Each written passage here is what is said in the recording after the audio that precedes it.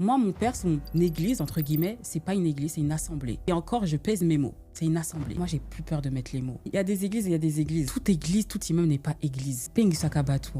Je te jure, hein. Pour le coup, la sienne, ouais. Ce qui m'interpellait, c'est que entre ce que mon père pouvait être amené à prêcher et le personnage, il y avait un total décalage. Il ne reflétait pas ce qu'il disait, ce qu'il prêchait. Pingu Sibatu et Bélé. Et après, on dit les églises. C'est pas les églises, c'est les assemblées, c'est les associations de malfaiteurs, les associations de meurtriers, les sectes. Non, parce qu'il faut le dire, il y a des églises, c'est des associations de malfaiteurs et de meurtriers. Je suis très révoltée en temps. Et je me permets, je me sens légitime de parler de ça parce que je suis une enfant de pasteur, donc je maîtrise mon sujet. D'ailleurs, je ne supporte plus qu'on m'associe à ça. Merveille l'enfant de pasteur, je n'aime pas qu'on m'appelle comme ça. Je le prends très mal, je n'aime plus du tout qu'on m'associe à ça. J'aime pas ce que je vois à l'église, j'aime pas ce que j'entends, j'aime pas comment je me sens pas à l'aise. Il se passe des choses que je ne maîtrise pas. À ce moment-là, je capte qu'il y a un problème parce qu'avec mon père, on a une très bonne relation, on discute très bien. Et pourquoi dès lors où je commence à toucher des points qui ne te conviennent pas, deviens agressif. C'est là que tout a commencé. Tout a commencé dès lors où j'ai décidé de ne plus servir, de commencer à m'asseoir. C'est là que la guerre a commencé à la maison. Il y avait beaucoup de faux semblants, d'hypocrisie, de vice et ça me dérangeait énormément. Il arrive que la vie nous pose dans des zones où l'on ne cherche plus à comprendre, mais simplement à tenir debout. Des moments où l'on vit davantage en mode survie qu'en véritable conscience de soi. Pourtant, c'est parfois dans ces périodes les plus sombres que commence une transformation intérieure, une forme d'éveil qui redonne du sens à tout ce que l'on a traversé. Et c'est précisément le thème de notre échange aujourd'hui, de la survie à l'éveil, récit d'une reconstruction. Un voyage intérieur qui raconte comment certaines blessures peuvent devenir le point de départ d'une renaissance. Pour en parler, j'ai le plaisir de recevoir une femme dont le parcours incarne cette traversée.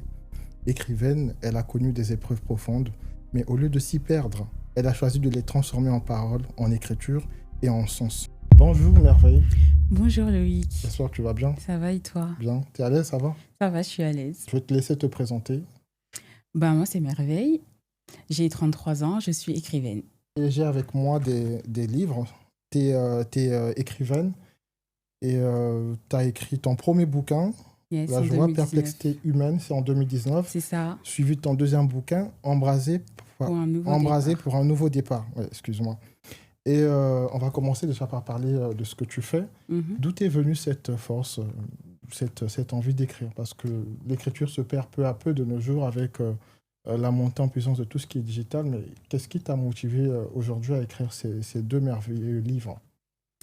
J'ai commencé à écrire Perplexité humaine en 2018, pendant un moment sombre que j'ai pu traverser. Et ça m'a beaucoup aidé à tenir. Ça m'a aidé à poser sur papier tout ce que je ne pouvais pas dire, toutes les questions que je me posais, auxquelles je n'avais pas de réponse.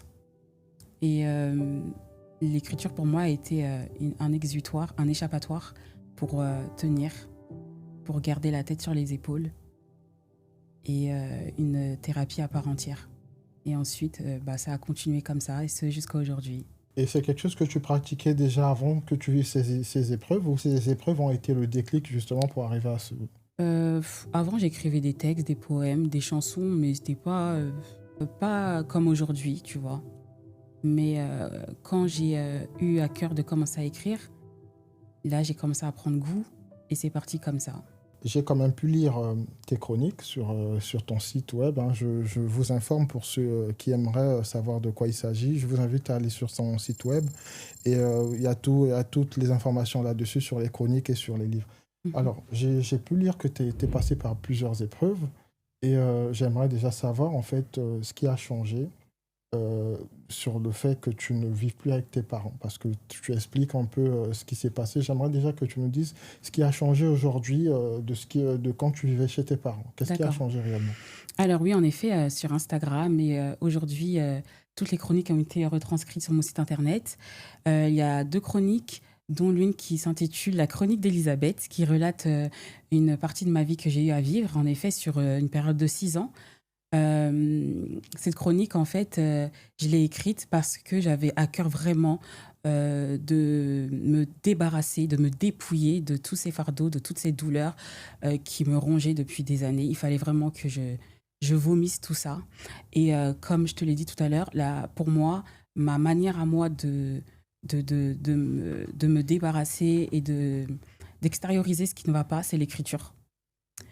Du coup, oui, à travers cette chronique, j'ai raconté mon vécu, mon histoire, qui est mon témoignage, afin de pouvoir être restaurée et guérir, commencer mon processus de guérison. Il fallait que j'en parle.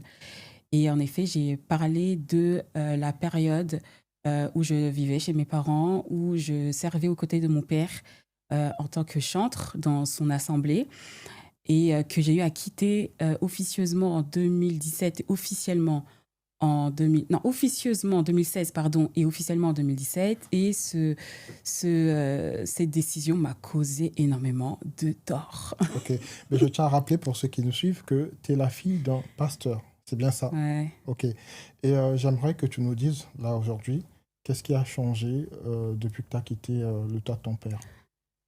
J'ai quitté la maison des parents, ça fait des années maintenant. C'était en 2016, 2017, 2018, ça remonte quand même. Il s'est passé énormément de choses. Hein. Il s'est passé beaucoup, beaucoup de choses. Il y a un parcours, il y a un chemin, il y a des péripéties. C'est les montagnes russes de 2017 à aujourd'hui. Il y a beaucoup de choses qui ont changé. J'aimerais bien que tu sois un petit peu plus précis. De quelle période tu parles exactement quand tu me parles de changement? Parce que j'ai vu dans les chroniques que j'ai pu lire d'Elisabeth que tu avais quitté le toit de tes parents. En fait, tu étais chez tes parents, mais tu ne priais plus dans l'assemblée de ton père. C'est ça. Pourtant, c'est un pasteur et tout. Exactement. Mais quels sont les changements que tu as remarqués dès lors que tu as pris la décision de quitter l'église de ton père en étant sous son toit? D'accord. Alors, c'est très long parce que ça a été très progressif. J'ai pas quitté tout de suite. En fait, moi, il faut savoir que je suis quelqu'un de très vif d'esprit, de très observatrice. Et je ressens beaucoup les choses. Je suis quelqu'un de très intuitif et j'ai tendance à beaucoup m'écouter. Je suis en accord avec moi-même. Je suis quelqu'un qui est difficile à... Je suis une personne difficile à m'allier, si je peux dire ça comme ça. Je suis pas naïve. Ouais. et je suis assez ouverte d'esprit. Et depuis quelque temps, j'avais constaté des choses qui pouvaient se passer ou se dire au sein déjà de la maison ou à l'église. Mais je le gardais pour moi. J'en ai pas forcément parlé tout de suite. Je l'ai vraiment gardé pour moi pendant très longtemps. Et en fait, en 2015, il s'est passé quelque chose. Il s'est passé un événement et qui a été l'élément déclencheur, en fait, où je me suis dit, ah non, là, Merveille, il y a un problème. Là, vraiment, sors de ton déni, arrête de refouler. Il y a un réel problème, en fait. Et quand cet événement est arrivé, dans un premier temps, j'en ai parlé à mon père, bien évidemment, parce qu'il faut savoir que moi, j'étais très proche de mon père. Hein. J'étais très, très proche de mon père. J'étais vraiment la fille à papa et tout. Et tout naturellement, j'en ai parlé à mon père par rapport à cette chose qui s'est passée à l'église. Et en fait, la réaction qu'il a eue et la réponse qu'il m'a donnée m'a complètement bouleversée. Et là, je me suis dit, mais non, mais c'est pas possible. En fait, il peut pas réagir comme ça. Enfin, je suis pas folle, en fait. Enfin, et là, ça a été le déclic. C'est quoi ce déclic? Tu peux nous en dire un peu plus? Alors, en fait, c'était une période où j'avais constaté que les gens ne restaient pas dans l'assemblée. En fait, on avait beaucoup de départs. En fait, il y avait des gens qui pouvaient venir, puis ils allaient rester 1 mois, 2 mois, 3 mois, mais ils ne restaient pas. Il y avait beaucoup de gens qui partaient. Quand les gens venaient, ils ne restaient pas. Et ça arrive dans les assemblées que les gens ne restent pas, les gens ils viennent pour un temps, ils partent et tout, on n'est pas obligé de rester. Cependant, c'était très redondant. Et c'est tellement répétitif que ça a commencé à m'interpeller. Et en fait, moi, j'étais chantre et je gérais la chorale. Et dans cette chorale, j'avais des frères et sœurs qui chantaient dans la chorale. Frères et sœurs en Christ. Frères et sœurs en Christ. Ok, d'accord. Frères et sœurs en Christ qui chantaient dans la chorale. Et à ce moment-là, on préparait l'anniversaire de l'église.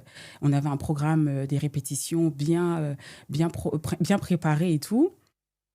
Et un samedi, il y a répétition et je vois qu'ils ne viennent pas. Donc, à la fin de la répétition, tout naturellement, je lui envoie un message à un des deux pour dire « Ouais, je ne vous ai pas vus et tout ». Et il me dira de manière très radicale « Non, mais en fait, on ne viendra plus ». Je dis « Hein ?» Moi, je pensais qu'il blaguait et tout. Je dis « Comment ça et tout ?» Donc, je l'appelle. Je dis « Qu'est-ce que tu me racontes et tout? Qu'est-ce qui se passe et tout ?» « Ah non, mais on ne viendra plus. Maman m'a dit qu'on ne viendra plus. De toute façon, c'est mort et tout. Tu ne comptes plus sur nous. » Et moi, je dis, non, mais comment ça, vous venez... Enfin, je comprends pas, parce que jusqu'à là, tout allait bien. Enfin, pour moi, tout allait bien. Tu vois, pour moi, tout allait bien. Je comprends pas, c'est soudain. Donc, je lui dis, ouais, envoie le numéro de ta mère vite fait. Envoie le numéro de ta mère vite fait, je vais lui parler, je vais voir avec elle, enfin, parce que c'est pas normal, tu vois. Donc, tout naturellement, j'appelle la maman en question, donc la sœur et tout. Donc, je parle avec elle, normal et tout. Oui, bonjour Tantine, ça va, machin, machin. Donc, je lui dis, ouais, donc je lui demande et tout. Et en effet, elle me dit, oui, non, mais ma fille, non, on ne viendra pas.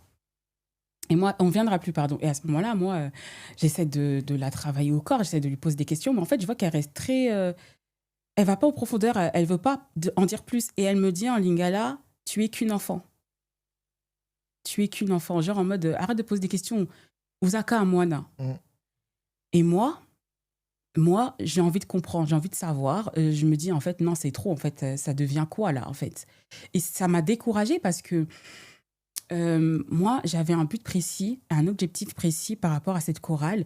Et ça m'a cassée. Ça m'a vraiment cassée, ça m'a découragée. Et quand j'ai appelé mon père, parce que ça m'a vraiment abattu, hein, vraiment, ça m'a abattu, ça m'a attristé et tout. Je dis, non, mais attends, je perds 2 éléments et tout, machin. Donc, c'est toi qui tenais vraiment la chorale. Oui, c'est vraiment moi qui tenais la chorale. Donc, j'appelle mon père et tout. Je suis en pétard un peu, tu vois. Je lui fais part de mon ressenti, je lui fais part de mon agacement et tout. Je lui dis et tout. Et la réponse qu'il m'a donnée, je me suis dit, ah ouais, il y a un problème. C'était quoi la réponse?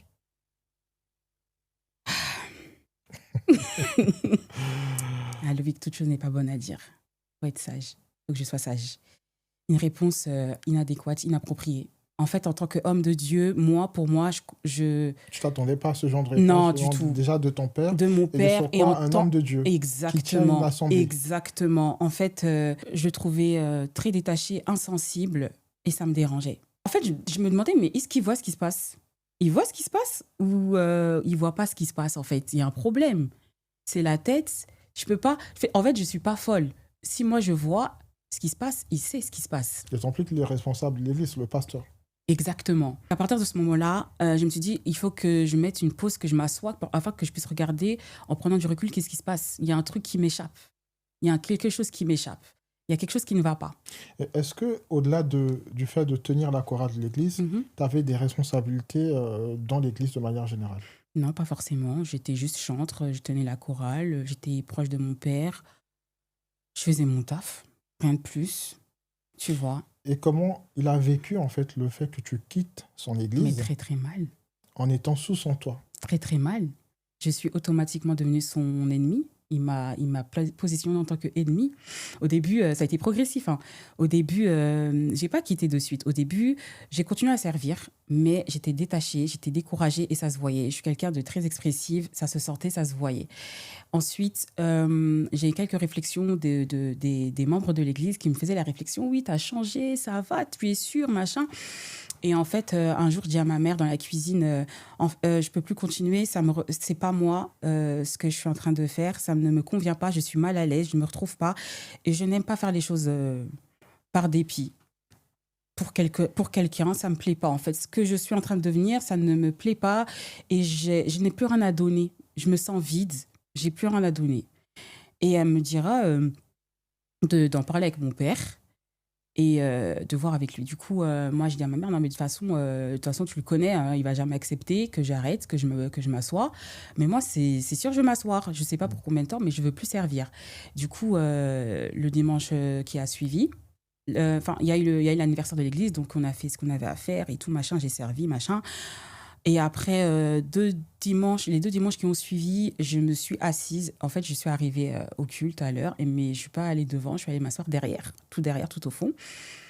Et en fait, quand mon père il voit ça, lui, il est sur l'estrade, bien évidemment, devant, et il dit dans le micro, devant tout le monde, Merveille, je t'invite à prendre ta place et à venir faire ton travail. Ouais. Voilà. Et en fait, moi, ça ne me plaît pas parce que, en fait, tu me dis ça devant tout le monde. Mais bon, ça, c'est mon père, c'était mon père. On avait l'habitude. Il n'y avait pas de différence entre ce qui se passait à l'église et ce qui se passait à la maison. Ce qui se passait à la maison, allait à l'église, et ce qui se passait à l'église, venait à la maison. Donc, il ramenait tous les problèmes voilà, de la maison à l'église. Voilà, il n'y avait pas de distinction. Ce qui se passait à la maison était partagé à l'église et vice-versa. Et toi, ça te dérange? Bien sûr, ça dérangeait tout le monde, hein. Ça dérangeait ma mère, mes sœurs, moi. C'était gênant. C'était très gênant. Et à ce moment-là, moi, ça m'agace énormément parce que c'est pas le moment, en fait. Et j'ai vraiment un découragement, un détachement vraiment très sérieux. Et en fait, il a pas l'air de me prendre au sérieux. Il pense que c'est un caprice. À ce moment-là, mes parents pensent que c'est un caprice. Ils pensent que je veux faire la capricieuse, machin, hein, et que c'est une émotion. Mais c'est pas du tout une émotion, en Tu fait. parles de tes parents. Oui, parce à ce moment, qu'à ce ta mère moment-là, aussi est du côté de exactement. ton père. Oui, totalement. Ok. Totalement. Et elle te dissuade de ne pas... quitter. Voilà. Exactement. Elle me dit, tu vas chercher des problèmes. Ne cherche pas des problèmes avec ton père. Ne commence pas. Parce qu'il faut savoir que moi, je suis cet enfant qui, quand je prends une décision, je ne me résigne pas. Je vais jusqu'au bout. Et quand j'ai décidé, c'est très dur de me faire changer d'avis. Et le rapport de force, ça ne marche pas avec moi. Et ma mère, elle le savait. Elle avait peur. Elle se disait, Merveille, la manière dont elle est déterminée, ça va péter. Parce qu'elle ne va vraiment pas changer d'avis. Et moi, quand on me force... Eh ben, au lieu de me faire peur, eh ben, tu me fais reculer. Est-ce que tu as pris le temps à ce moment-là de discuter avec ta mère et de lui dire réellement ce qui te dérangeait? J'ai surtout pris le temps de discuter avec mon père. Et lui, quelle était son attitude par rapport à ce que tu lui disais? C'était mort, en fait. Il n'entendait pas ce que je disais. Mon père n'a jamais écouté ce que je disais. Ça ne l'intéressait pas. Lui, pour lui, tu dois servir un point, c'est tout. Il n'y a pas à discuter. Il était très autoritaire avec Très autoritaire, dictateur. Je ne te demande pas ton avis, tes états d'âme ne m'intéressent pas. Tu dois servir un point, c'est tout. C'est pas mon problème. Tu dois faire ton taf. Je te demande pas ton avis. Peu importe ce que tu ressens, peu importe ce que tu as, ça me regarde pas. Et en fait, moi, à ce moment précis, j'ai besoin de parler avec lui, j'ai des questions à lui poser, je me sens pas bien, je suis pas à l'aise, j'aime pas ce que je vois à l'église, j'aime pas ce que j'entends, j'aime pas comment je me sens pas à l'aise, il se passe des choses que je ne maîtrise pas, auxquelles je n'ai pas d'explication, je veux des réponses, mais j'en ai pas. On veut pas m'en donner. Il me fuit, limite, il me fait comprendre que tu me déranges. Tu vois, tu me déranges. Et à moi, à ce moment-là, je capte qu'il y a un problème parce qu'avec mon père, on a une très bonne relation, on discute très bien. Et pourquoi, dès lors où je commence à toucher des points qui ne te conviennent pas, deviens agressif et désintéressé à mon sujet, tu vois. Et c'est là que tout a commencé. Tout a commencé dès lors où j'ai décidé de ne plus servir, de commencer à m'asseoir. C'est là que la guerre a commencé à la maison. Tes autres frères et sœurs, est-ce qu'ils partent à l'église? Ils continuent à partir à l'église? Est-ce que tu as pris le temps, à part maman, d'en parler avec tes frères et sœurs, de ce qui te gênait réellement dans l'église de ton père? Oui, on en parlait avec mes sœurs. Et quel était leur point de vue par rapport à ce qui te tenait à cœur? J'en parlais avec mes sœurs parce que on était plus ou moins d'accord un peu sur ce qui se passait. Cependant, j'en parlais avec une en particulier, ma grande sœur, celle qui est juste avant moi. Mais c'était compliqué. C'était compliqué. Je préfère me concentrer sur mon point de vue à moi et ne pas parler d'elle. Si tu n'y vois pas d'inconvénient, je préfère ne pas m'étaler par rapport à elle. Merveille, j'aimerais savoir, est-ce que dans ce tumulte-là où tu te posais beaucoup de questions par rapport à ta foi, par rapport à ce que tu voyais dans l'église de ton père, qui, je rappelle, est un pasteur, il t'est arrivé à un moment donné de douter de Dieu? À ce moment-là, non. Pas Non. du tout. Parce que j'aimais Dieu, je servais Dieu, je le craignais. J'avais vraiment accepté le Seigneur Jésus comme Seigneur et Sauveur. Vraiment, de ce côté-là, mes parents, ils ont vraiment fait le taf pour le coup. Ils nous ont vraiment inculqué ces valeurs-là, ces croyances-là.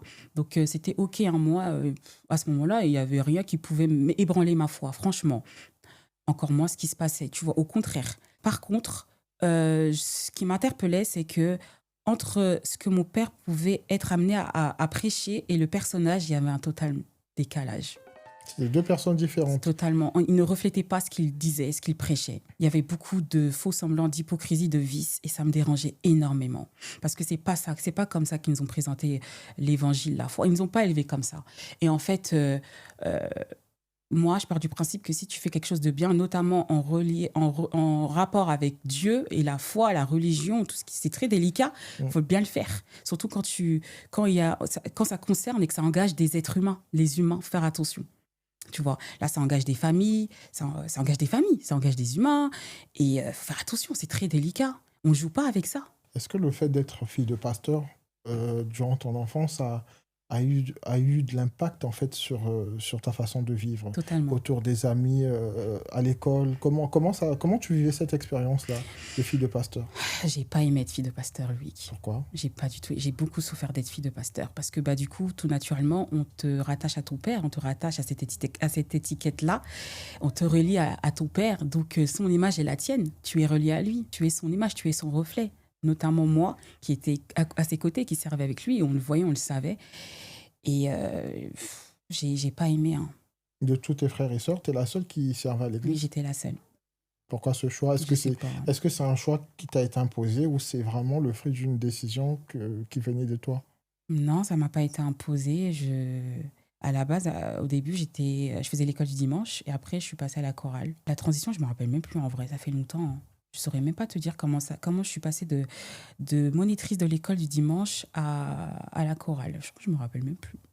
J'aimerais aussi que tu nous dises combien de temps s'écoule entre 2015 où tu fais le constat de ce qui ne va pas dans l'église de ton père et au moment où tu as pris la décision de quitter l'église. Très intéressante ta question, très intéressante. Alors, 2015, je me rends compte que ça va pas. Je prends du recul et je me suis dit, Merveille, concentre-toi. Et là, je deviens très attentif. Je penche l'oreille sur les conversations de mes parents. Je penche l'oreille sur ce que j'entends aussi à l'église. Je regarde les frères et sœurs qui viennent, les cultes, comment les cultes se passent. Je tends l'oreille, je deviens un peu plus concentrée. Je me dis, Merveille, concentre-toi. Il y a quelque chose qui se passe. Entre la période où je capte et où je prends la décision de ne plus servir, je décide de ne plus servir début 2016. Janvier 2016, je décide de ne plus servir. Donc l'année qui suit, en fait. L'année qui suit, je décide de ne plus servir. Ensuite, la guerre commence à la maison. Ça commence par du chantage, des menaces, ultimatum. Sauf que moi, je continue à venir à l'église, mais j'ai dit, je ne chanterai pas. Quand tu parles d'ultimatum, le fait de libérer la maison? Non, pas encore. Là, c'est pas encore arrivé, là. Ok. Là, c'est tu dois reprendre ton service. Tu dois reprendre ton service. C'était le matin, avant qu'il aille à l'église, ça venait dans ma chambre. Ouais, ça me disait en lingala, ouais, t'as intérêt à venir à l'heure, je t'attends à ta place et tout. Si tu ne le fais pas, t'auras affaire à moi, tu vas voir. Ça commence comme ça. Au début, c'est comme ça. Après, des fois, il y a des moments quand je vais avoir besoin de lui, ça va me dire, ouais, toi, me parle pas parce que tu ne fais pas ce que je veux. Ça va être des trucs comme ça, tu vois, des petites canailles comme ça et tout. Pour l'instant, ça va. C'est pas ouf. Donc, en fait, le temps passe et mon père, il se rend compte que, ah ouais, la petite, elle a décidé, en fait. Elle est déterre, en fait. C'est pas une émotion, elle est vraiment sérieuse. Et un jour, il me convoque au salon, il me dit, on va parler. Je dis, avec plaisir. C'est tout ce que j'attends, moi, en fait.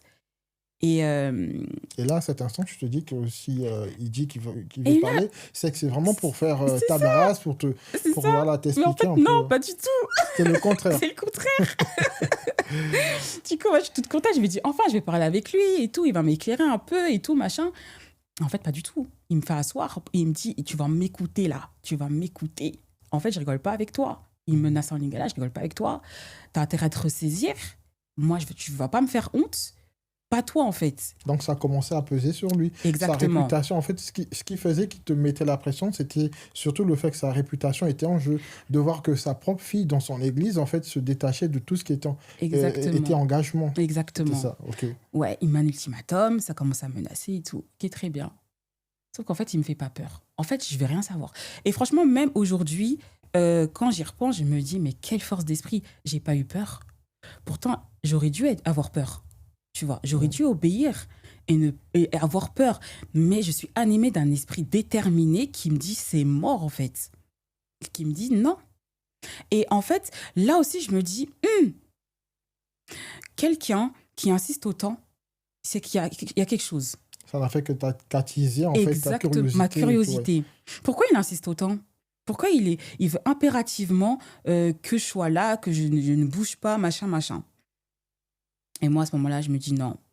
Il ne veut pas m'écouter, il ne prête pas attention à ce que je dis, il ne veut pas parler avec moi, il ne veut pas répondre à mes questions. Moi, je ne retournerai pas. Et moi, je lui dis clairement, en fait, aussi longtemps que tu ne veux pas discuter avec moi et que tu ne veux pas répondre à mes questions et me dire qu'est-ce qui se passe, eh bien moi, je ne vais pas chanter. On va rester comme ça. Et là, en fait, depuis la conversation que tu avais eue avec la maman du chantre ou de la chantre, Tu n'as pas eu l'occasion de reparler avec elle pour qu'elle te dise réellement ce qui se passe? Non, après, j'ai pu. Et il m'a formellement interdit de la recontacter. Il m'a engueulé. Il m'a dit toute personne qui quitte cette église, t'as plus le droit de parler avec elle, en fait. En fait, toute personne qui quittait l'église, on n'avait plus le droit d'interagir avec ces gens-là. Ça devenait automatiquement des sorciers, des gens à bannir, des ennemis de première classe. Mm. Et figure-toi que moi aussi, je suis passée de l'autre côté. J'étais devenue cette fille à bannir, une sorcière, celle qui ramenait le feu étranger à la maison. Ah, Il a mais fini par l'avouer à son assemblée ou pas? comment que... Le fait que voilà, sa propre fille était ce que tu dis Pas là. maintenant, mais après, Après, oui. ok. Après, à partir de 2018-2019, oui, j'ai commencé à être Le mouton exposée. noir.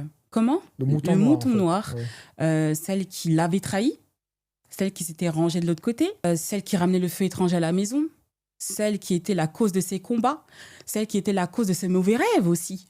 Parce que comme mon père faisait des mauvais rêves, ben, c'était moi, parce que j'ouvrais la porte. Donc, j'ouvrais la porte aux démons pour qu'ils viennent attaquer l'église, attaquer la maison. En fait, dès qu'il y avait un truc, c'était à cause de moi. C'était de ma faute. Parce que j'avais ouvert une brèche. Est-ce que tu peux nous dire à quel moment la spiritualité est rentrée dans ton processus de reconstruction? La spiritualité a toujours été là, en vrai. Depuis toute petite. Toute petite, dès lors où j'ai pris conscience de la spiritualité, dès lors où j'ai rencontré Dieu, moi-même. En fait, moi, j'avais vraiment cette quête-là où je me disais, ok, je suis née dans une famille chrétienne, on nous a présenté Jésus comme Seigneur et Sauveur, mais j'ai pas envie de me baser que sur ça. J'aimerais faire ma propre expérience et faire ma propre rencontre. Donc, j'étais cette enfant qui était très curieuse et qui lisait beaucoup la Bible, qui écoutait des prédications sur YouTube, qui suivait des hommes de Dieu dehors. Et en fait, c'est même là, au fait, où j'avais aussi on va dire, une longueur d'avance sur mes sœurs, c'est que j'ai été très curieuse et que je regardais autour de moi et je regardais dehors. Tu vois, j'osais regarder dehors. Tu ne te J'osais concentrais écouter. pas que sur l'église de Non, ton père. je ne en me fait. concentrais pas que sur l'église de mon père. Et le fait aussi d'avoir des amis, des fréquentations extérieures qui étaient aussi d'autres assemblées, m'ont permis de faire beaucoup de comparatifs et de révéler qu'il y avait réellement un problème dans la gestion, dans la doctrine de mon père. Est-ce que tu peux nous dire aujourd'hui, tu es capable de nous dire aujourd'hui, c'était quoi en fait le vrai problème dans la doctrine de ton père? Il y en a Parce que les énormément. problèmes, il y en a partout, dans toutes les églises, même dans toutes les familles, il y a des problèmes. Mais si tu arrives au point de De te quitter. détacher, de quitter, c'est que peut-être qu'il y a un truc en particulier qu'on ne retrouve pas forcément dans deux assemblées. Alors, C'était quoi? laisse-moi te dire que si j'ai osé quitter d'un pied ferme, c'est qu'il y avait à fuir. C'est tout ce que j'ai à te dire. Je n'irai pas lister tout ce qui n'allait pas et tout ce qui ne va pas, mais crois-moi que si j'ai osé quitter, prendre la décision de quitter, c'est qu'il y avait de quoi quitter. Et aujourd'hui, quels sont vos rapports? Il n'y a pas de rapport, il n'y en a plus. Ça fait combien de temps? Ça fait des années. Il faut savoir que après tout ça, mon père a fini par me chasser de la maison. Une situation que j'ai énormément mal vécue.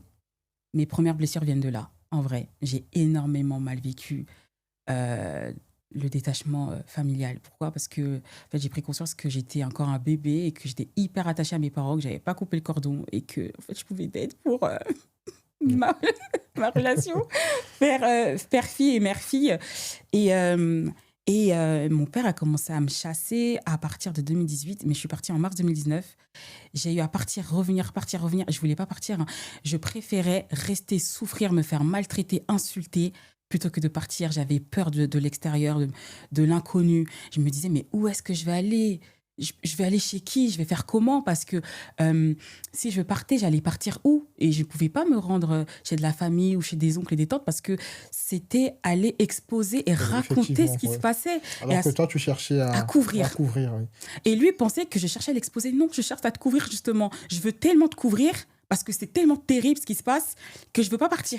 Parce que partir, ça serait t'exposer. Ok. Le rôle que ta mère a joué dans ça, à ce moment-là, en fait, quand elle voit que ton père veut te mettre à la porte, déjà, je veux savoir, est-ce que quand tu parles de te mettre à la porte, c'est à demi-mot qu'il le fait ou c'est à travers les gestes que tu sens qu'il est en train de te chasser? Ou il te le dit ouvertement? Il me le dit ouvertement. Qu'il faut partir de chez lui. Carrément, oui. C'est des menaces très sérieuses. Il est très sérieux. Toute personne qui veut vivre sous ce toit doit m'obéir et se conformer à mes choix, à mes décisions. C'est pas contestable. Tu décides de quitter mon église qui est pour lui, je sais pas moi, il a tellement idéalisé l'église avait pris la place de la famille. En fait, mon père, il s'est mélangé. Il a tout whipping, il a tout mélangé. Il n'y avait plus de différence. En fait, entre les fidèles et ses enfants, on était tous la même chose. Il m'a traité comme il traitait les fidèles, Donc, dès lors où je me suis détachée, il a tout coupé avec moi comme il pouvait tout couper avec les fidèles. Il a oublié que j'étais sa fille. Parce que avant d'être mon pasteur, t'es mon père. Ouais, Et c'est ça, ça. il l'a complètement oublié. Ça n'existe plus. La figure paternelle, à ce moment-là, n'existe plus. Tu vois. Et ça, c'est dur. C'est dur pour moi. C'est dur aussi pour ma mère. Tu vois. C'est dur parce que, waouh, c'est fort. Et comment elle le vit ta mère à ce moment-là? Ma mère, elle le vit très mal. Elle est très confuse. Elle ne sait pas où se mettre. Parce qu'il faut savoir que ma mère était une femme soumise qui avait quand même peur de mon père. Et c'était compliqué parce que y a des moments où elle pouvait être de mon côté, d'autres moments elle était de son côté. Il y a des moments où elle pouvait prendre mon parti et ça explosait entre eux et ça se disputait à mon sujet. Il y a des moments où ma mère elle avait pas vraiment de position. J'ai vu ma mère se positionner dès lors où je suis partie. Ma mère s'est positionnée. Ma mère a ouvert les yeux. Quand j'ai sorti Perplexité humaine en 2019, ma mère était là lorsque j'ai fait mon vernissage et j'ai vu ma mère changer radicalement. Elle a compris, elle a ouvert les yeux. Et dès lors, j'ai commencé à avoir une relation avec ma mère très fusionnelle dans laquelle on a eu beaucoup d'échanges. J'ai découvert une femme malheureuse qui vivait sous l'ombre, sous le joug, je dirais même, de mon père, et qui subissait, qui vivait une vie sacrificielle en fait. Et moi, je le savais et j'attendais juste qu'elle s'en rende compte en fait. Je pense qu'aujourd'hui, avec du recul, que ton départ de cette maison lui a un- permis de se rendre Exactement. compte effectivement de sa Exactement. condition. Mon départ de la maison a été une étincelle. Elle l'a très mal vécu, mon départ. Comme elle le disait, j'ai perdu une deuxième enfant. Parce qu'il faut savoir qu'avant moi, il y a aussi une déchirure avec ma grande sœur aînée. Et après, il y a eu moi. Et ma mère a très mal vécu mon départ. Elle s'est dit, purée, encore une deuxième, quoi. Tu parles de déchirure avec ta grande sœur aînée. Ouais. Donc, elle avait de mauvais rapports avec sa Avec fille. mon père. Ah, avec ton père. Ouais, Ok. avec mon père et ça découle toujours sur ma mère. Et du coup, mon père, en fait, il a cette mauvaise manie de, quand il est en palabre avec une personne, de vouloir ranger tout le monde derrière De lui. son côté, ouais. Exactement. Et d'imposer ses lois, ses dictatures, ses règles, de sorte qu'il a réussi même à dissuader ma mère de parler à sa fille. Et il a voulu le faire avec moi, ça n'a pas marché, bien évidemment. Mais les rapports de ma grande sœur aînée et de ma mère étaient très conflictuels à cause de ça. Après, c'est un sujet que je pourrais pas trop entamer parce que je le maîtrise pas vraiment. J'étais jeune. Quand les choses ont commencé avec ma grande sœur, j'étais jeune. Et il y a des choses dont je me rappelle, que mes parents ignorent d'ailleurs, que j'ai toujours cachées. Donc, ouais, c'est dur. C'est dur parce que à ce moment-là, moi, ma mère, j'ai mal en fait. Je me dis, ah ouais, c'est chaud. C'est chaud quand même. Tu vois. Dans tout ça, dans tout ce que tu vis aujourd'hui, quels sont les rapports que tu entretiens avec tes frères et sœurs? J'en ai pas. Eux qui ont été témoins de ce que tu as pu vivre. J'en ai pas. Et Aucun c'est OK. rapport. Aucun rapport. Et j'en ai pas. Et c'est OK. Comment tu le vis? Très bien. Aujourd'hui, très bien. Et ça a été un travail que tu as fait? Ça a été un travail sur plusieurs années. Mais tu t'es appuyé sur quoi pour réussir à me détacher de cette douleur-là? L'élément qui m'a aidé à m'échapper de tout ça, c'est le décès de ma mère. Clairement. Ok, on va juste contextualiser les choses. Yes. Tu sors Perplexité humaine en 2019, quand tu quittes le toit de ton père, c'est ça? Je quitte le toit je quitte la maison familiale en mars 2019. Je sors Perplexité humaine en septembre 2019. Ok. J'écris Perplexité humaine en 6 mois. Waouh. Ouais, je l'écris en 6 mois. Quand je sors de chez mon père, je vais dans une colocation. J'enchaîne 3 colocations d'ailleurs. Je refuse catégoriquement d'aller chez de la famille. J'ai pas confiance. En 6 mois, tu enchaînes 3 colocations? Non, en 1 an. J'enchaîne 3 cas. D'accord. Exactement. Et du coup, je sors pour recontextualiser, je sors de la maison familiale en mars 2019. Je vais dans une colocation et j'enchaîne 3 colocations qui se sont hyper bien passées. Dieu merci. J'ai été localisée. Franchement, Dieu m'a fait grâce. Je suis tombée sur des bonnes colocations, des bonnes personnes. Ma première, c'était avec une femme qui était maman solo, qui vivait seule avec sa fille. La deuxième, pareil, une autre femme qui était maman solo, qui vivait seule avec sa fille. Et la troisième, c'était avec un couple et une femme, une maman de 40 ans.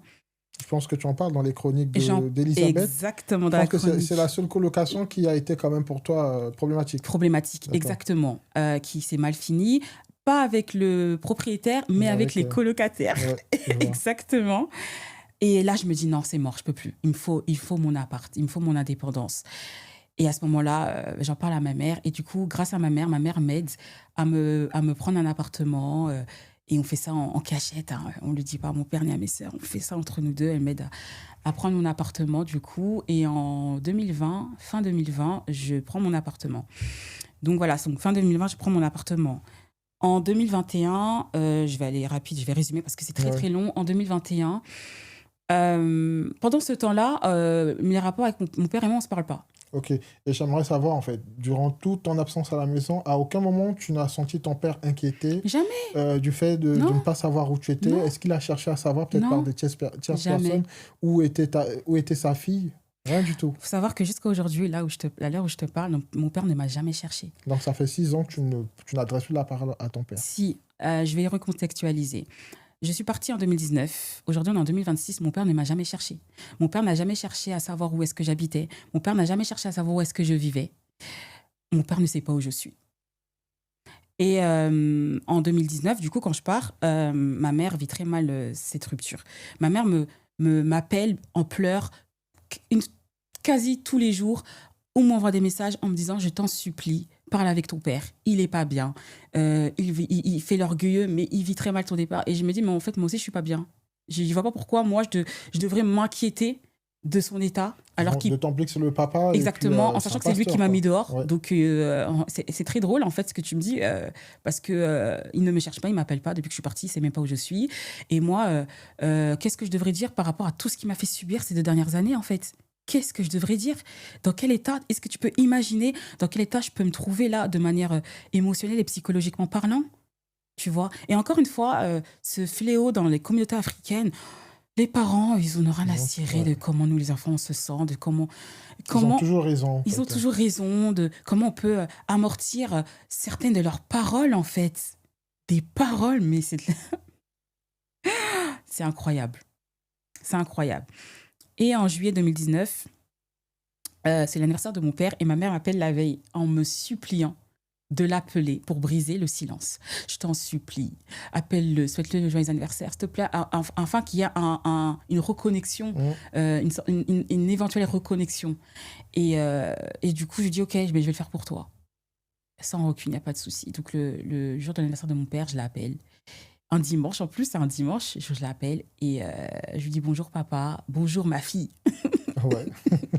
Après combien de mois? T'as quand même une lueur d'espoir quand tu écoutes ça, bonjour ma fille et tout. Ouais. C'est de la flatterie. Tu l'as ressenti aussitôt qu'il a dit? Oui, c'est de la flatterie, c'est mon père. Je le connais, le personnage. C'est de la flatterie, moi je connais le personnage du coup. Et je dis, je t'appelle pour te souhaiter un joyeux anniversaire. Et moi, c'était mon anniversaire en avril. Il ne m'a pas souhaité, mais vas-y, c'est ok, tranquille. De toute façon, je ne m'attendais pas forcément à ce qu'il le fasse, mais il n'y a pas de recul, il n'y a pas de souci. Il me dit merci, mais on est dimanche aujourd'hui. Je t'attends à l'église. Il y a un mais, en fait. C'est ça. Et je me dis, purée, c'est une dinguerie. En fait, il ne m'a pas vu depuis le mois de mars. Il me parle pas, mais la seule chose qu'il trouve à me dire... Il cherche même pas à savoir comment tu vas. Il cherche même pas à savoir comment je vais à ce moment-là. Et je me dis, mais en fait, il en a rien à cirer, en fait. Il est complètement détaché, c'est une dinguerie. Et je dis à ma mère, tu vois, je t'avais dit, ça servait à rien. Et c'était une confirmation pour toi? Et c'était une confirmation pour moi que c'est même pas la peine, ça sert à rien, il n'y a pas d'espoir, ça sert à rien, en fait. Il m'avait vomi. Mais à ce moment-là, je réalise pas qu'il m'a réellement vomi. Mais c'est une question de temps. Mon père me fait comprendre que, en fait, t'es plus ma fille, en fait. T'es plus ma fille, tu vois. Et ça, je le comprends quand ma mère décède. Il y a un semblant de rapport... parce que c'est moi qui force, c'est moi qui l'appelle. Quand je vais chez mes parents, c'est moi qui va vers lui. Parce que faut savoir que moi, malgré tout ce qu'il m'avait fait, je lui en voulais pas. Tu vois, franchement, je lui en voulais pas. Je sais pas si j'étais dans le déni ou quoi, mais à ce moment-là... C'était peut-être l'espoir qui te faisait... Je sais pas, l'espoir, l'attachement, je sais pas, mais... tout ce qu'ils peuvent me faire, moi, à ce moment-là, j'encaisse. Même mes sœurs, les canailles qu'elles peuvent me faire, les méchancetés qu'elles ont envers moi... j'accepte en fait, je suis une victime.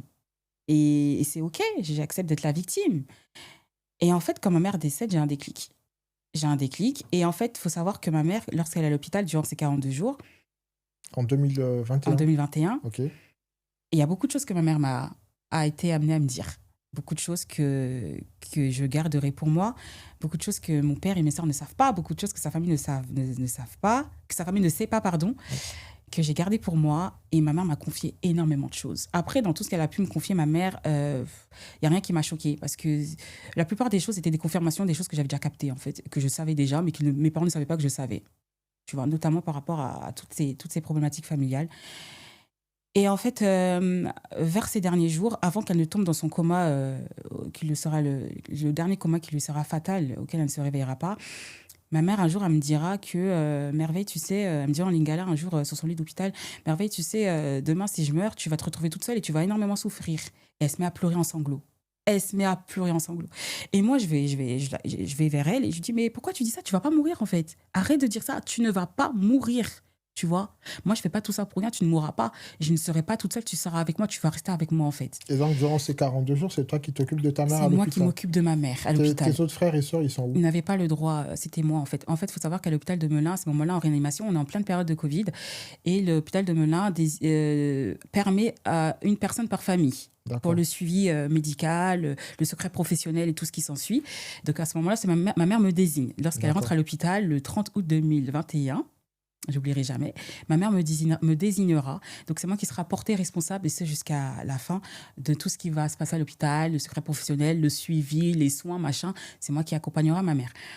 Avant que tu ne continues, sans te couper, durant cette période où l'état de santé de ta mère se dégrade et que tu es à l'hôpital avec elle, est-ce que, par rapport aux circonstances, quand même, tes frères et sœurs, y compris ton père, trouvent quand même l'occasion de rentrer en contact avec toi ou de faire table rase par rapport à la situation préoccupante de ta mère? Ouais, mais de manière superficielle. J'ai pas senti un réel soutien. En vrai, c'était pas un réel soutien. Donc, malgré tout ce qu'ils ont pu faire, tu t'es toujours sentie seule? Toujours. Ils étaient là sans être là. Ouais. Et comment se passent les choses après? Comment se passent les choses après? Alors, ma mère décède du coup en 2021. Le 11 octobre 2021, ma mère décède.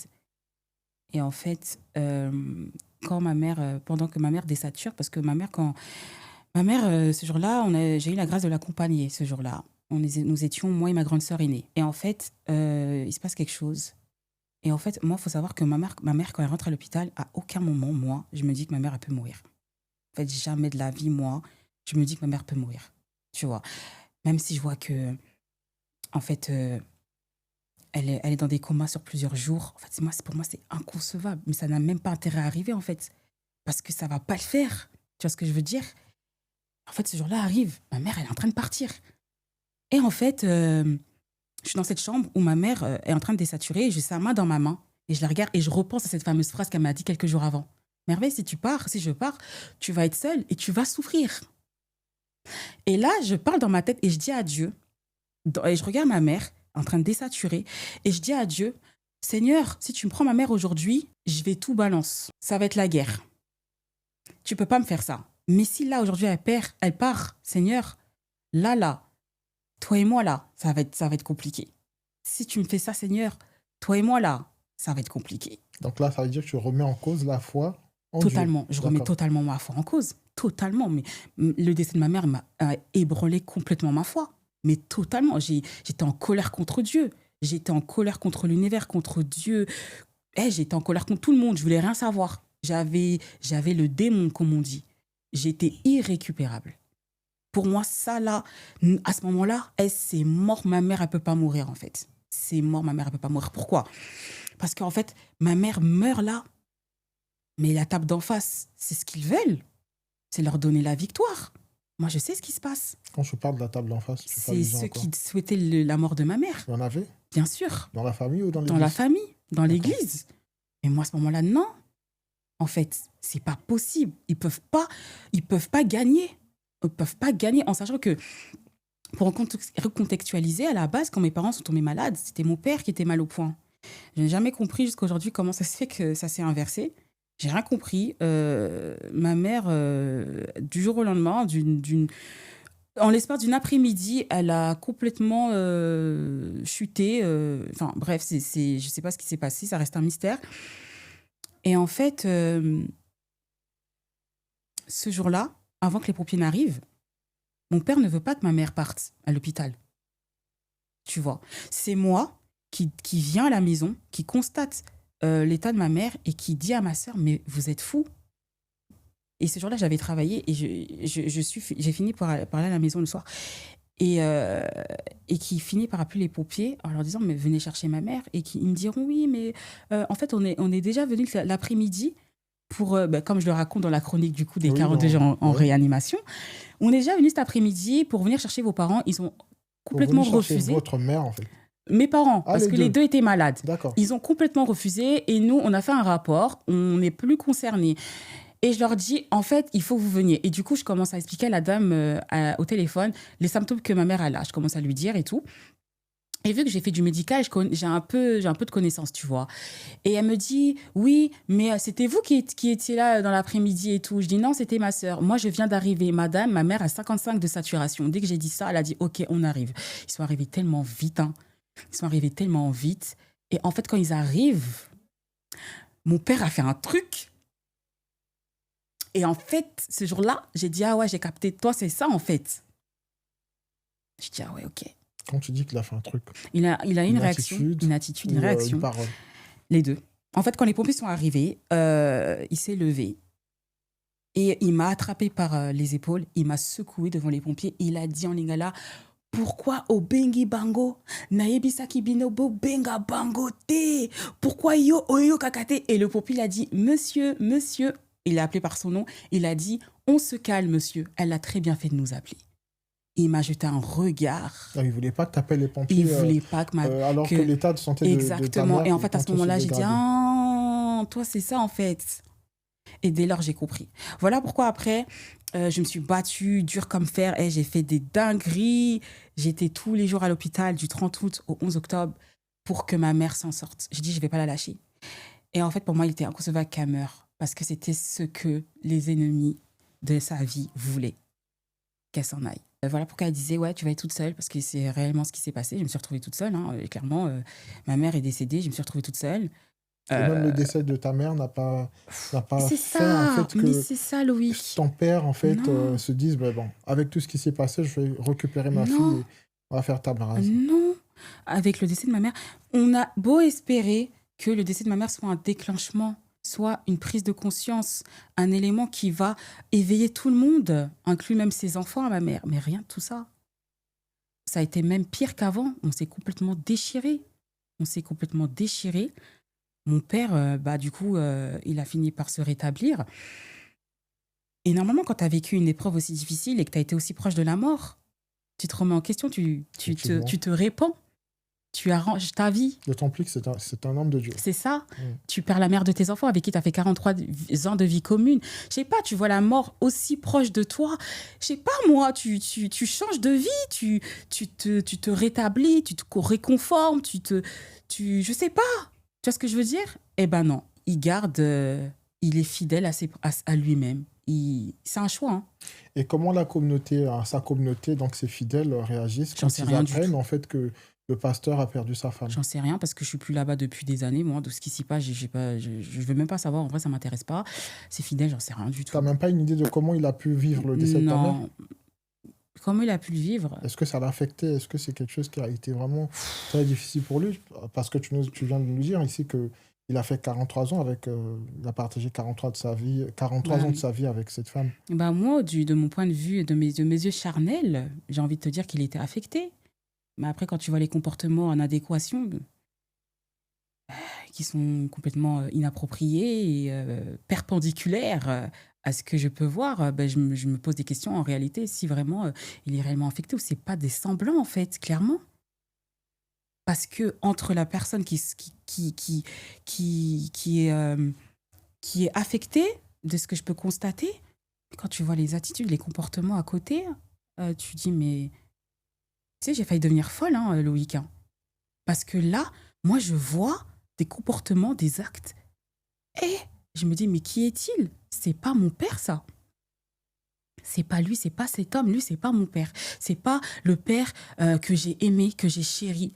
Celui pour lequel j'étais en admiration. Le père qui m'a élevé, le papa de mon enfance. C'est pas lui, c'est quelqu'un d'autre. J'ai peur de cet homme. Je me dis, mais qui est-il? Tu vois? Et là, je me dis, ah ouais, ok. Je comprends tout ce que ma mère me disait. Ma mère m'a donné beaucoup de recommandations à l'hôpital. Je comprends. Je dis, ah ouais, j'ai compris. Tu vois? Et là, je me dis, Merveille, t'es la prochaine. Clairement. T'es la prochaine, en fait. C'est toi qui vas y passer après. C'est toi qu'on va chercher à Graille. Paulianga. J'aime pas cette expression, elle me dérange. Ouais, je comprends. Mais ouais, je me dis, Merveille, à coup sûr, t'es la prochaine, on va vouloir t'abattre.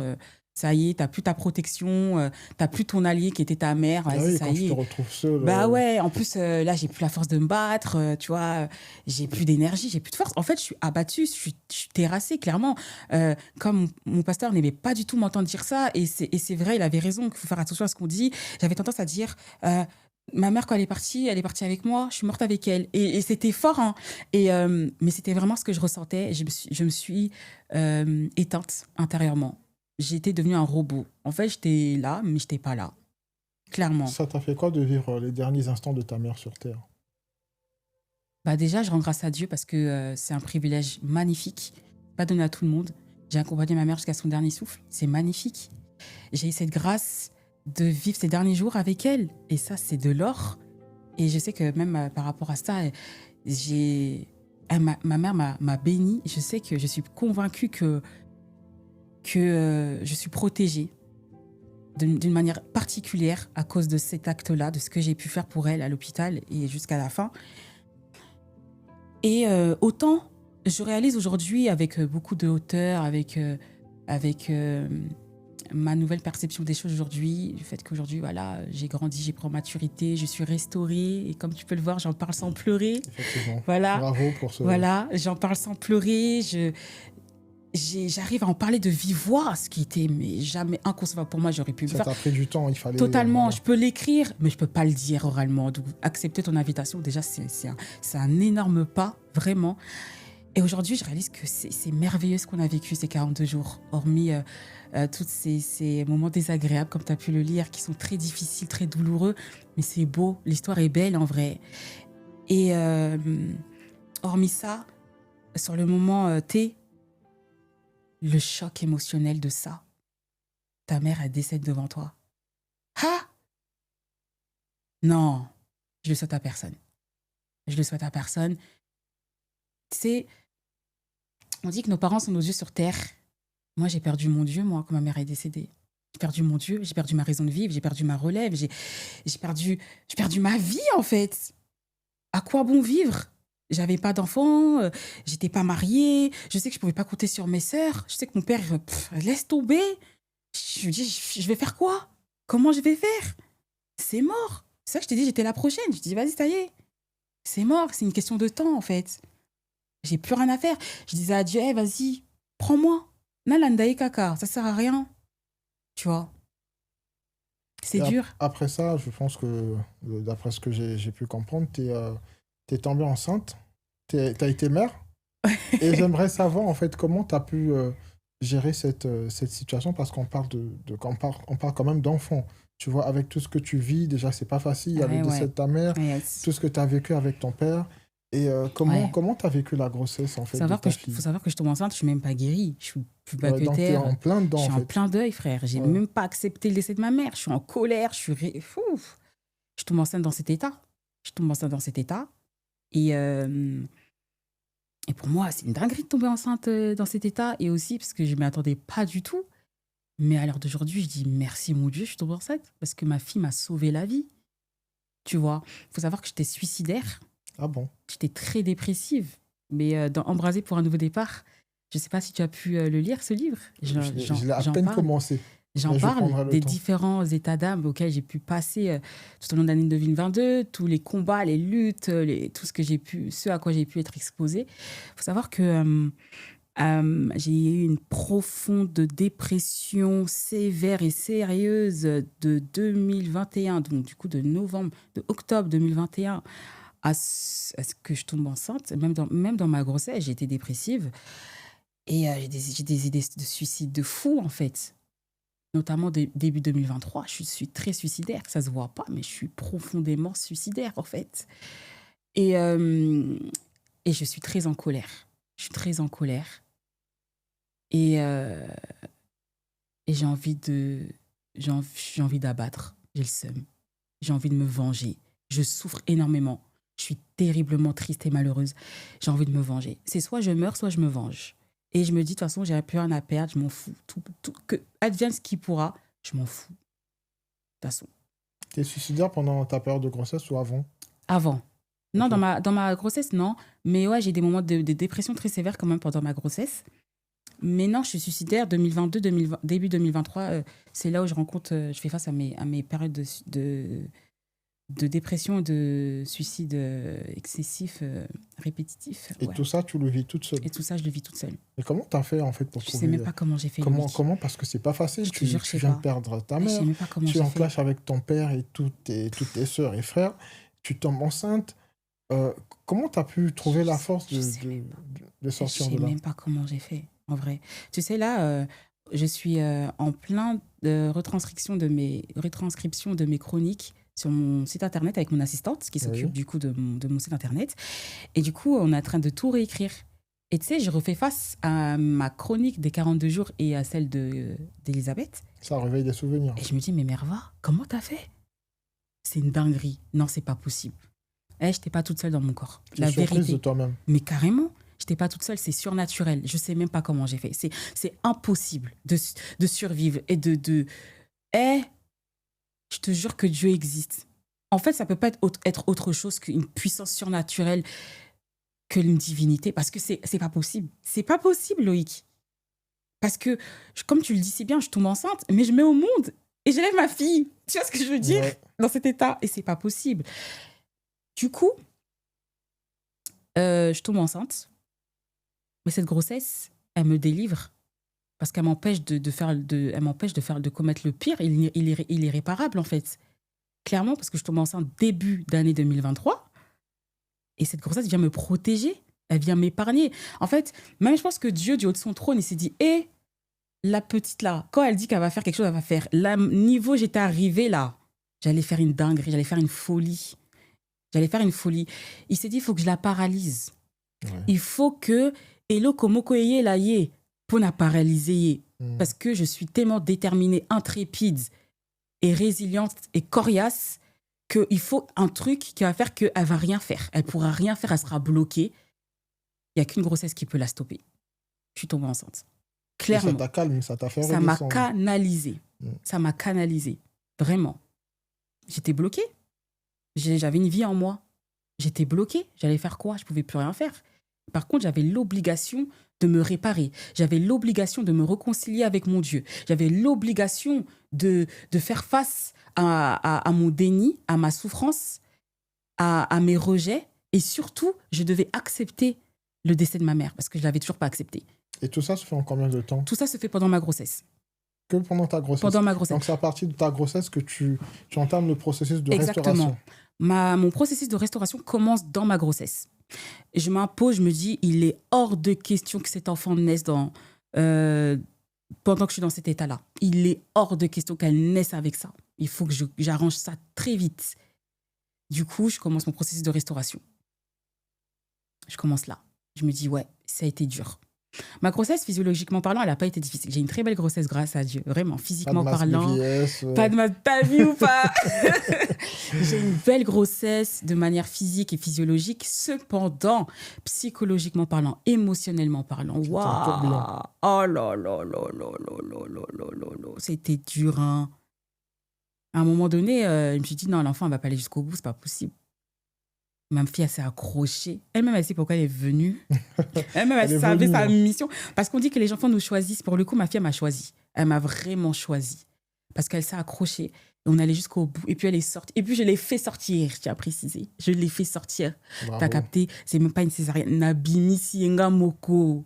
Tu vois ou pas? Donc, elle-même, elle sait pourquoi elle est venue. Tu vois ou pas? Et à ce moment-là, je me dis, ouais, ma renaissance est là. Ma résurrection est là. Et là, ma nouvelle vie commence. Et là, mon éveil de conscience commence. Dès lors, ma fille naît. Je me dis, OK, là, je suis maman. Là, je suis maman. Tout ce qui s'est passé là, plus jamais de ma vie. Ces gens-là, ma fille ne va pas les connaître. Cette toxicité-là, elle va pas connaître. C'est mort. Je coupe tout avec ça. Je coupe tout avec ça. Le premier choix que je mets en place dès lors ma fille naît, c'est de couper tout contact avec ces gens. Et Je aujourd'hui, coupe est-ce tout. que tu as de la colère vis-à-vis de ton père? Mon père, oui, mais le reste, non. Et en fait, la colère de mon père, c'est pas par rapport à ce qu'il m'a fait endurer, subir quand j'étais à la maison, avant qu'il me mette dehors, mais c'est ce qu'il a fait à ma mère. Ok. En fait, je peux tout pardonner me concernant, c'est pas grave. Vous avez voulu me faire du mal, Dieu a pris ce mal, l'a transformé en bien pour justifier ce qui arrive aujourd'hui, pour sauver un peuple nombreux, comme le dit Genèse 50, verset 20. Cependant, ma mère, on touche pas ma mère, en fait. Désolée. Ça, c'est un truc, on touche pas ma mère, on touche pas la daronne. Et tu penses qu'aujourd'hui, s'il avait fait le nécessaire à ce moment-là, ta mère serait peut-être en vie? Je sais pas. Ça, je pourrais pas te répondre à cette question. Parce que avant que ma mère ne tombe malade, elle allait très mal déjà, ma mère. Avant qu'elle tombe malade, ma mère allait très mal. Donc, moi, je pense que ce qui a précipité ma mère aussi, c'est son état déjà auquel elle était exposée bien avant. Tu vois. Il y a beaucoup de choses, hein. Il y a beaucoup de choses qui ont précipité le décès de ma mère. Quels sont les bons souvenirs que tu gardes de ton enfance? Parce que j'ai cru comprendre dans ton récit que ton père a été un bon père, hein, Mon père au-delà était de un tout bon ce qui père, a pu se passer exactement. et tout. Merci Aujourd'hui, de poser la question parce que c'est important de le souligner. oui, Il n'y effectivement. a pas que des mauvaises choses. Comme je t'ai dit, l'homme qu'il est aujourd'hui, je ne le connais pas. Je ne connais pas cet homme. Cet homme ne m'intéresse pas. J'ai aucune attache avec cet homme parce que cet homme est mauvais. L'homme qu'il est aujourd'hui, je le dis, hein, cet homme est mauvais. Ce n'est pas mon père. Le père que j'ai eu pendant mon enfance, j'ai rien à dire.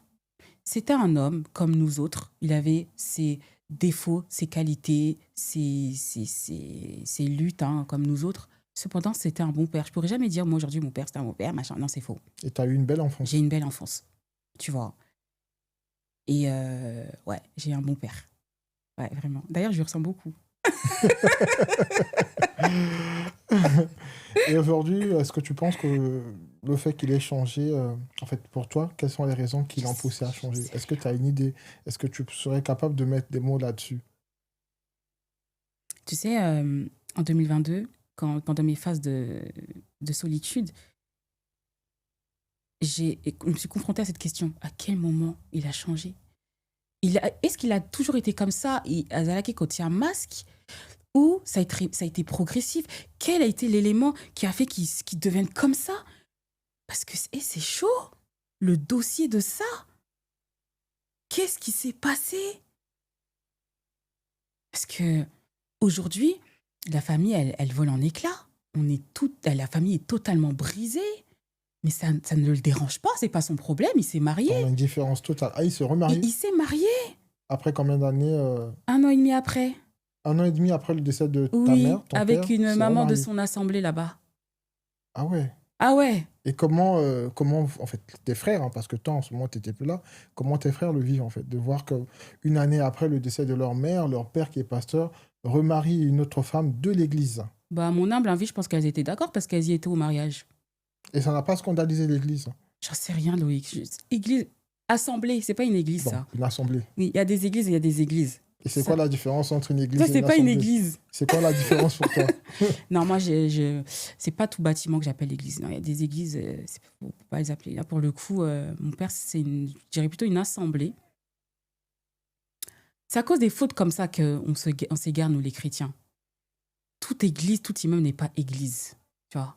Mm. Et Pengu Sakabatu, hein, je te jure, hein, pour le coup, la sienne, ouais. Pengu Sibatu est belé. Il y a beaucoup de fautes. Beaucoup de fautes. Et après, on dit les églises. C'est pas les églises. C'est les assemblées. C'est les associations de malfaiteurs, les associations de meurtriers, les sectes. Non, parce qu'il faut le dire, il y a des églises, c'est des associations de malfaiteurs et de meurtriers. Je suis très révoltée en temps. Et je me permets, je me sens légitime de parler de ça parce que je suis une enfant de pasteur, donc je maîtrise mon sujet. Et pour le coup, je suis très révoltée à ce sujet parce qu'on mélange toutes les églises à cause des églises pseudo-églises de ce genre, tu vois. Moi, mon père, son église, entre guillemets, c'est pas une église, c'est une assemblée. Et encore, je pèse mes mots. C'est une assemblée, tu vois. Il faut qu'on arrête de tout mélanger. Il faut qu'on apprenne à faire la distinction et ne pas avoir peur de mettre les mots. Moi, j'ai plus peur de mettre les mots. Tu crains Tu pas vois. de représailles Non, du fait que je ne crains pas de on se dise, mais représailles. comment tu peux dénigrer l'église à laquelle tu as appartenu? En plus, tu parles de l'église de ton père, Je ne crains pas de représailles parce que puis d'un pasteur. parce que dès lors où j'ai quitté, je ne m'associe plus à ça. Ça te pèse plus aujourd'hui. Ça ne pèse plus du tout. Plus du tout. Plus du tout. Je n'ai plus aucune attache avec ça. Ça reste mon histoire, mon parcours. Et je suis fière aujourd'hui d'avoir traversé tout ça. J'ai beaucoup souffert de mon histoire, de mon passé, de mon identité. D'ailleurs, je ne supporte plus qu'on m'associe à ça. Merveille, l'enfant de pasteur, je n'aime pas qu'on m'appelle comme ça. Je le prends très mal. Je n'aime plus du tout qu'on m'associe à ça. Mais aujourd'hui, c'est mon histoire, c'est mon vécu. Je peux pas m'en détacher. Je peux nakoke wanga nango tepo ezavi nanga, tu vois. Cependant, je n'ai plus aucun rapport, aucun lien avec cette église, comme tu dis. C'est pas une bonne église. Ça ne l'a pas été pour moi. C'est vrai que mes prémices ont commencé là-bas. Et je rends grâce à Dieu, merci. Parce que du coup, je suis partie avec une bonne base. Cependant, je ne veux plus être associée à ce qui se passe là-bas. Une des raisons pour lesquelles j'ai fui, moi j'avais dit clairement à ma mère, hein, moi je ne veux pas vivre dans la compromission. Je ne veux pas qu'on m'associe à vos choses là. Je ne veux pas. Je ne suis pas avec vous. Je ne veux pas. Boutianga Libanda, ok. Mais non, je ne veux pas être associée à tout ça. Et cette expérience que tu as vécue aujourd'hui, est-ce que tu penses que ça t'a donné une mauvaise image des églises en général? Ou tu es quand même encore dans cette idée de te dire, ben, je continue à croire aux églises, d'autant plus avec tout ce qui se passe, en voit sur la toile et tout, comment les scandales sont en train d'être révélés dans certaines assemblées, comme tu as dit, les assemblées religieuses. Donc aujourd'hui, quel est ton positionnement par rapport à tout ce qui se passe? Cette expérience a failli me faire détourner de l'église, je te cache pas, mais Dieu merci, non. Moi, je pars du principe que s'il y a des mauvaises choses, il y a des bonnes choses. S'il y a des mauvaises églises, il y a des bonnes églises. Il y a le bien comme il y a le mal. Tu vois ce que je veux dire? C'est pas parce que j'ai une mauvaise expérience dans l'assemblée de mon père que toutes les églises sont mauvaises, tu vois. Et non, je crois encore je crois encore au message de l'évangile. Je crois encore au ministère. Je crois qu'il existe des bons pères spirituels, des bons pasteurs, des bons évangélistes. Il y en a. La preuve, j'en ai un. Pasteur qui est un très bon père spirituel, qui est un très bon pasteur. Et je crois qu'il y en a d'autres aussi qui sont tout aussi bien que lui, tu vois. Il ne faut pas que nos mauvaises expériences remettent en cause les bonnes choses de la vie. C'est pas parce que je sors d'une assemblée défectueuse que toutes les assemblées sont pareilles, tu vois. Loin de moi, cette personne qui dira les églises, machin. Non, je trouve, non. Faut pas tout mélanger. Et ça fait combien de temps que tu es reparti à l'église? Je suis dans l'église du pasteur depuis 2019. Depuis avril 2019. Bravo, donc tu es fidèle quand même. Et ça se passe Je bien. ne le quitterai pas, cet homme. Il m'a tellement aidé. C'est une des pièces de mon puzzle, d'ailleurs. Je ne peux pas raconter mon histoire, je ne peux pas parler de mon témoignage sans aborder cet homme. Sans aborder le nom de cet homme. Il joue vraiment une... Oh purée, je suis émue. Ouais, t'as le droit. Non, je peux pas parler de mon histoire sans parler de cet homme. C'est grâce à lui si je suis là aujourd'hui. Surtout pendant mes périodes de dépression sévère et mes périodes suicidaires, là. Il t'a accompagné durant tout ce processus. Il m'a grave aidé. Il m'a grave aidé. Il m'a beaucoup aidé. Ce que j'aimais chez cet homme, c'est que il parle pas beaucoup. Mais il pose des actes très concrets. Il est loyal. Il m'a jamais jugé, il m'a jamais réprimandé, même quand je suis tombée enceinte, quand je suis allée lui dire que j'étais enceinte, et il m'a accepté, il m'a jamais rejeté. Et quand tu as eu un père aussi dur comme le mien, bah tu dis il y en a des bons. J'avais peur moi, mais en fait non, il m'a accueilli avec beaucoup de douceur. Quand le pasteur m'a ramassé, j'étais à terre. J'imagine. Il a fait un taf. Tout ce que tu as vécu. Il a fait un taf, je te cache pas. Là, je réalise, il a fait un taf, franchement, depuis 2019. Ouais. Il y a des bonnes églises, il y en a. Alors, dans ton second livre que tu as publié en 2025, ça va faire 2 ans, je pense que tu... Non, ça va faire... C'est l'année passée que tu l'as publié. Je l'ai publié en 2025, mais je l'ai écrit en 2022. D'accord, en 2025, on va dire. Dans ce livre-là, j'aimerais que tu nous dises, en fait, est-ce que le carburant qui t'a permis de l'écrire, c'était toujours tout ce que tu avais vécu, ou il y en avait une autre comme source? Embraser pour un nouveau départ? Oui. Embrasé pour un nouveau départ, je l'ai écrit pendant l'année 2022. En fait, Donc, faut tu étais savoir. encore en plein dans ton... Ouais, bah, comme je t'ai dit, moi, l'écriture, c'est une thérapie et ça me maintenait. Comme j'étais seule, bien isolée, bien mise de côté, bah, je me suis réfugiée dans l'écriture. Et en fait, j'étais convaincue en 2022 que j'allais mourir. J'étais convaincue. Mourir parce que tu allais te suicider ou parce que ça allait être... ça venait de Ouais, quelque... en fait, je savais que j'allais mourir, mais je ne savais pas de quelle manière. Mais je sentais que j'avais un esprit de mort qui me pourchassait très sérieusement. Une petite anecdote, c'est de la folie, hein. Une petite anecdote. En juin 2022, j'appelle une de mes tantes paternelles. Non, je lui envoie un message. Je lui envoie un message et je demande à la voir chez elle parce que j'ai besoin de lui parler. Elle me dit oui, il n'y a pas de souci, viens tel jour et tout, je serai à la maison. Du coup, un jour après le taf, je me rends chez elle. Je vais la voir, donc j'arrive et tout. Elle me dit on va prier, machin, on prie et tout. Et elle me dit ok ma fille, je t'écoute. Et je lui dis comme ça, comme je te regarde. Je lui dis oui maman, un tel, je vais taire son nom. Si je viens te voir aujourd'hui, c'est pour te dire que je sens que je vais mourir, mais c'est juste que je ne maîtrise pas la date. Elle saute, elle dit au nom de Jésus, ça va pas. Mais comment tu peux dire ça et tout donc, tu es venue pour me dire ça et tout. Et je me mets à pleurer, je me mets à pleurer, je me mets à pleurer et tout. Et je lui dis non, mais je suis très sérieuse, maman. Je suis très sérieuse. Je sens que je vais mourir, que je ne vais pas finir l'année. Donc, il faut que je parle à quelqu'un parce que j'ai des choses à dire, mais je ne peux pas partir avec ces choses-là. Il faut que je parle à quelqu'un. Et je ne sais pas, mon cœur m'a orientée vers toi. Parce que je savais que tu aimais ma mère et que vous étiez très proches. Et d'où te vient cette conviction? Est-ce que tu as fait un rêve? Est-ce que tu as... C'est un ressenti, Loïc. D'accord. C'est un ressenti fort. Je sens que je vais mourir. Je sais que je vais mourir. Et en fait, quand cet esprit de mort me menace, je suis incapable de lutter contre lui. J'avais des idées de ouf. Tu sais, quand l'assemblée dans laquelle je prie, l'église du elle est dans le 94. Et quand je m'y rendais en voiture, je longeais la Seine. Il y a un moment où tu longes la Seine. Et j'avais une voix qui me disait « Merveille, arrête-toi, saute. Tu sais pas nager, tu vas pas souffrir. Tu vas te noyer.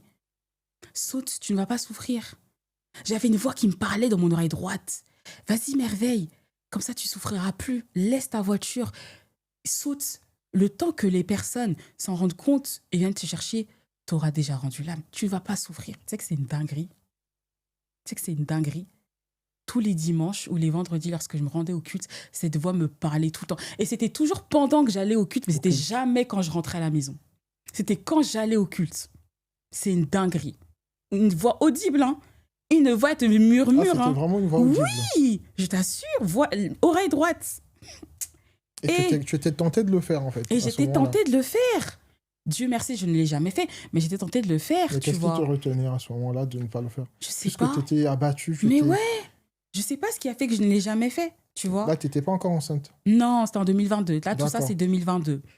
Du coup, je vais voir cette tante et je lui dis, mais en fait, tu vois, je sais que je vais mourir, c'est juste que je maîtrise pas. Mais je lui dis ça dans le plus grand des calmes, en fait. Et je suis OK avec ça. Et en fait, je lui explique que, tu vois, là, avec tout ce que j'ai vécu, tout ce qui s'est passé, là, j'ai plus de force. Là, franchement, j'ai plus envie de lutter parce que je n'ai plus aucune raison de lutter. Lutter pour qui, pourquoi? J'ai plus envie. Mais pour toi, ma fille, la vie, je dis non, mais j'ai plus envie de vivre, en fait.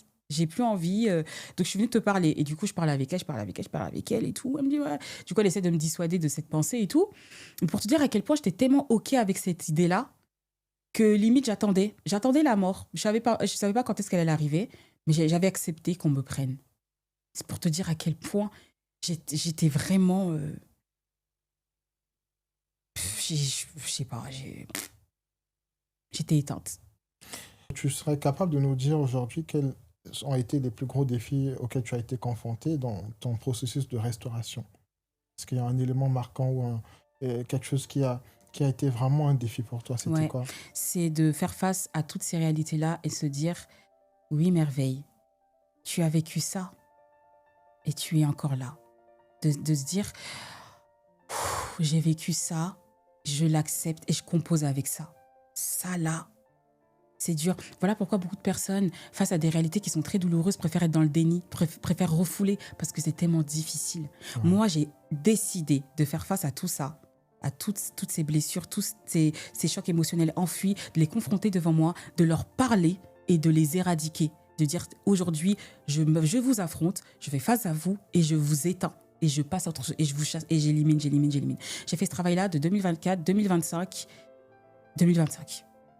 Et j'ai dit, l'année 2026, j'ai fini avec ça. Je ne rentrerai pas en 2026 avec ça. J'ai fini mon processus de restauration, on va dire fini. Ouais, fini. Là, je suis plutôt dans une construction de guérison parce que je suis restaurée, vraiment. Je suis vraiment revenue à l'état initial avec des égratignures et tout. Cependant, je suis restaurée. Là, je peux vraiment dire, je suis restaurée, je suis OK avec ce que j'ai vécu, j'assume, j'accepte et je me bâtis sur ça, tu vois. Mais je suis pas totalement guérie, tu vois. Ça, j'en suis consciente. Et je suis pas totalement guérie aussi, je le sais parce que je sais que j'ai pas encore réellement pardonné mon papa. Merci pour ce partage, ce témoignage poignant. C'est beaucoup d'émotions et franchement, merci à toi, je Loïc. tiens à te dire que tu as un parcours inspirant. Merci. De voir d'où tu es parti et ce que tu es devenu aujourd'hui. Tu as écrit 2 livres, tu te portes bien, tu arrives à en parler avec...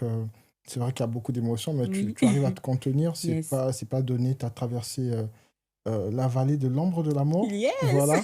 Et tu en es sorti vainqueur. Plus que vainqueur. Franchement, je te dis bravo et j'espère que ton témoignage pourra aider toutes ces personnes qui passent par des moments difficiles. Yes. Et justement, on a besoin de ce genre de témoignage pour nous redonner de la force et pouvoir avoir de l'espoir et se dire que demain aussi, les choses peuvent s'améliorer. Toujours. Donc, peu importe le temps que ça prend, on sort, on s'en sort. Il faut le vouloir, il faut le décider. C'est toute une question de volonté. Et personne ne le fera à ta place. C'est toi qui dois décider. Je veux m'en sortir. Et tu mets les choses en place. C'est toi qui dois mettre les choses en place pour t'en sortir. Tu vois. Et n'ayez pas peur, si je dois donner un dernier message, n'ayez pas peur de quitter votre zone de confort. Peu importe le prix que ça doit coûter, peu importe ce qu'on peut dire sur vous, les relations que ça peut vous coûter, même le financier que ça peut vous coûter, quitte à sauver votre peau.